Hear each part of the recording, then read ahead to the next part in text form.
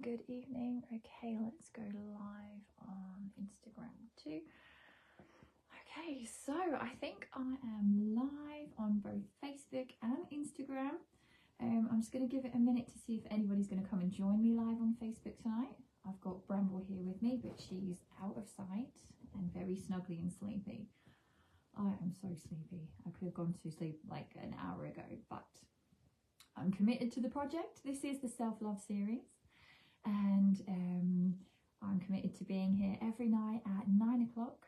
So whether you're joining me live on either platform or whether you watch this video back later, know that you're very welcome, and I'm grateful for your presence here.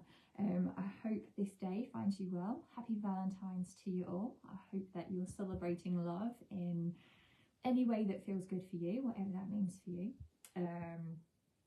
I just want to say excuse me for my hair as well. Today's my day of work, so I've been dog walking, I've had my hat on, I've just had a bath earlier. I like to wash my hair fresh tomorrow morning, so yeah. I'm not afraid to go live with dirty hair and no makeup, I will admit that. It's like authenticity, right? So yesterday was day one of my self-love series. I am sharing some self-love practices with you, and these are just ways that you can improve your general well-being, your health, your happiness, whether that's mental health or physical, emotional health, emotional resilience. I just thought it would be nice to come live this week, Valentine's week, especially in February when a lot of people are in a bit of a funk, and just to try and be of service to others in any way that I can.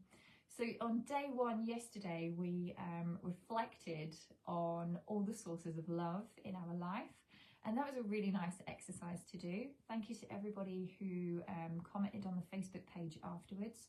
I know some of you didn't catch the live video, but you did the exercise afterwards, or you're planning on doing it with your friends and other people at some point in the future. That is so cool. Hi Bex, thanks for joining me on Facebook. How are you? I love your little rose emoji. I feel like I should do something like that too. Let me put a little love heart emoji there. There you go. That one's for you. Awesome. Thanks for showing up for yourself. So yes, yesterday we reflected on all the love in our lives, and it was a good exercise for me to do personally because I haven't done it in ages, and I'm always aware of there's a lot of love in my life, but I haven't actually sat down and mindfully paid attention to that. And it was good to do because I really filled the page and I could have kept going and going and going. So positivity practices and self-love practices are just that. They're a practice.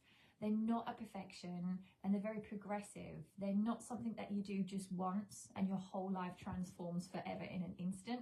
That is so unrealistic. These are things that you can do regularly, practices that you can return to, and kind of just create some lovely self-love habits and just incremental small changes into your life, and they will improve your overall well-being. I promise you that. Bex is saying she keeps thinking of new things to add. That is so lovely, and absolutely. And I think it was Jane who said on the Facebook page she's going to leave hers out, and I should have said that last night, so I do apologise for missing that out. It's nice to do the exercise, but then perhaps leave it out somewhere where you can see it for at least a week. I like to leave visual reminders for my well-being on my dining table. It's pretty big, and there's plenty of space, so I can leave either affirmations out or little journaling notes or intentions. So I would perhaps just leave my little self-love reflection exercise just on the table there, and I can see it every morning over breakfast and just contemplate on that every single day, just to drive it home, just to really get it in. So that was yesterday's exercise. Today my theme is self-care. Self-care is slightly different to self-love, but it is absolutely classed as an act of self-love. So I see personally, I mean, these are just my opinions, there's no right or wrong to this, you know. I think self-care is more about taking care of yourself. And there's that lovely saying, you can't pour from an empty cup, right? You can't take care of other people if your own cup is empty, so you've got to fill it. And I think the best way to fill it is by first focusing on your fundamental basic needs. And it works in the same way that you wouldn't run your phone and expect it to work all day long on 7% battery. You've got to take time to recharge it, give it what it needs so it can perform for the rest of the day. And we are very much like that. So you've got to recharge your own batteries. So we can break this down really, really simply, right? First one, hydration. Have you drank enough water today? If you didn't, okay, don't sweat it, not a big deal. Maybe try again tomorrow. Become aware of that. Hydrate better tomorrow. And I'm very much about quality of water as well. My little dog Bramble will not drink unfiltered tap water.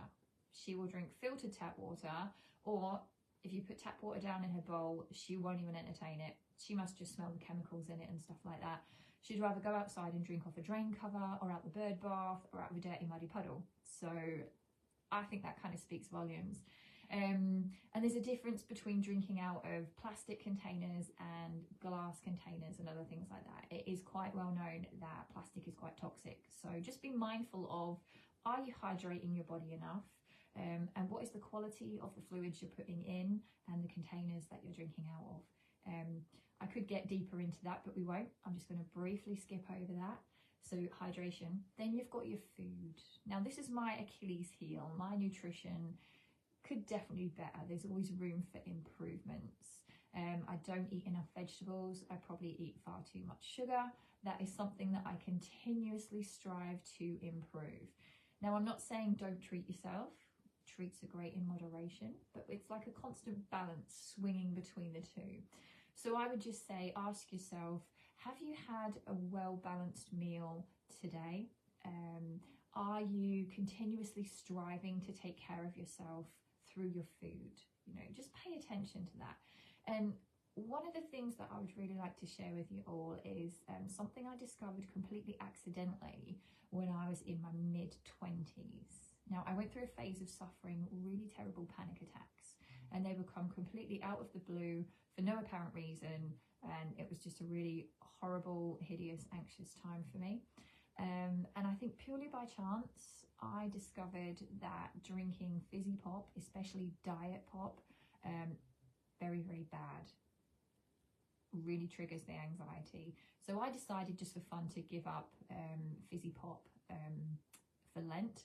So I went 6 weeks without it. Now I used to drink a diet pop every single day, sometimes twice a day.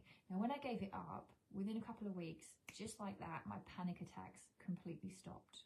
Speaks volumes. A lot of like diet drinks and things like that, they contain a chemical called aspartame. Really bad for you. Try to cut that out if you can. So there we go. And then just, you know, check in with your vegetables, check in with what other needs that you have. Are you taking enough vitamins? Do you remember to take your vitamins? I often forget mine.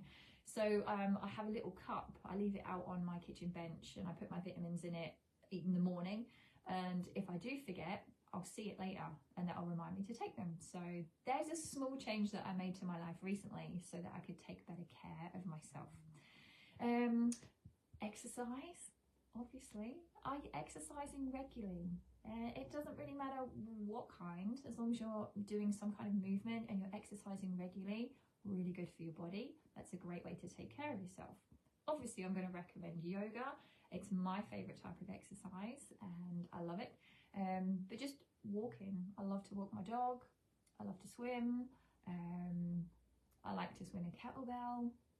Just, you know, moderation, regular exercise, really, really good for the body.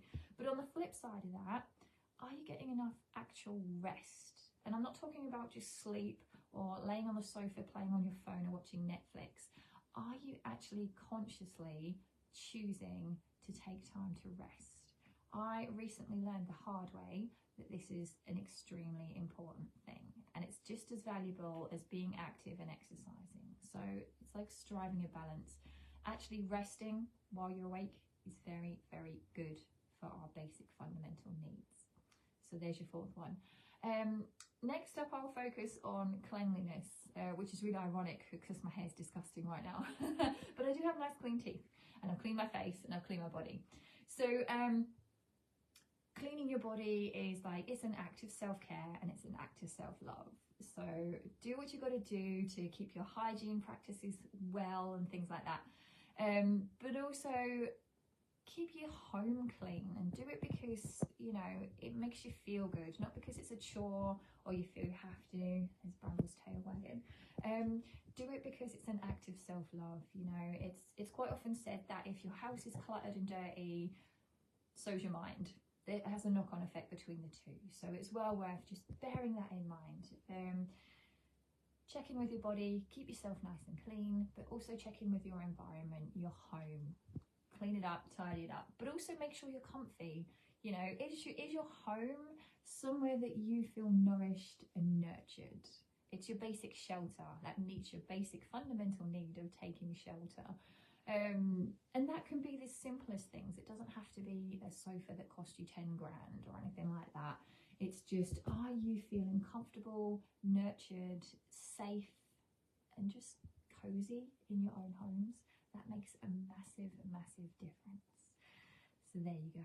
That's my thoughts and feelings on self-care and basic fundamental needs. Hydration, food, exercise, rest, cleanliness, and just nourishing your home environment, getting enough rest within it. I'm just going to add to that, like, I'm going to invite you just to pay attention to these things and just see if you can bring in some small improvements somewhere.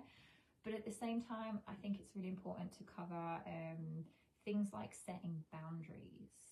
Are you dedicating a little bit of self-care time within your weekly routine? I generally like to have a self-care night on a Friday night because not only am I a yoga teacher, but I've worked in a salon for the last 20-something years. So hairdressers are very, very busy on Saturdays, quite often busy on Fridays too. But I find it very nourishing to just basically stay home on a Friday. That's my early night. I might do something nice for myself, a little bit of extra pampering, like extra special bath salts, or, you know, paint my toenails or put a hair mask on my hair. That is self-care, these little extras on top of your basic fundamental needs. You can give yourself some little treats, some little pampering. It is really, really good for you. And, you know, no one's going to do that for you. You've got to do it for yourself. And I invite you to love yourself, or begin to love yourself enough to actually do that for you and carve out some dedicated time. Now, sometimes you have to say no to people or things, and that's okay, to make sure you fulfill your own needs. Now, it's not selfish. It's really important, because if you're running on empty, you can't then show up fully and presently in your relationships. You can't help take care of other people. You can't contribute to your community as well as you possibly could. It all starts with you, and it starts with taking care of yourself physically. And before I go, I just want to share 2 more things. I really value the importance of routine. So especially when it comes to creating healthy habits, it's something that if you want to bring in like a regular thing, a regular practice, I really value a good routine. So my morning routine consists of getting up, doing a little bit of yoga. That might only be 10 to 15 minutes, but it really neutralizes any worries, stresses or anxieties that I might wake up with. And then I'll have a proper breakfast. It's extremely rare that I will skip breakfast, and it's good to set yourself up for the day with maybe some really good porridge or some berries or whatever's right for you. I really, really value that routine. The same with bedtime as well. I'm a big believer in setting a boundary on what time you switch your devices off. It's not good for you to have devices on really past 10 o'clock at night. It disrupts your circadian rhythm, and it's not good for the balance of your hormones. So it is a self-care practice to make sure that you have a nice bedtime routine. I like a bath before bed, and just kind of switch off the internet. Just take care of yourself in that way. Small things, but they make a huge, huge difference. So there we go. That is my self-love share for today, all about self-care.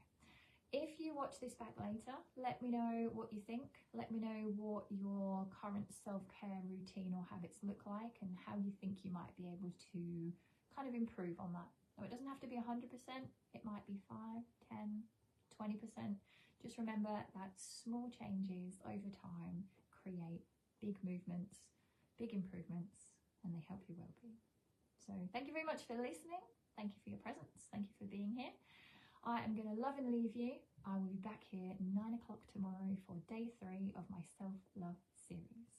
Until then, from my heart to yours, I'm sending you lots of love, wishing you a happy Valentine's Day, and wishing you very sweet dreams.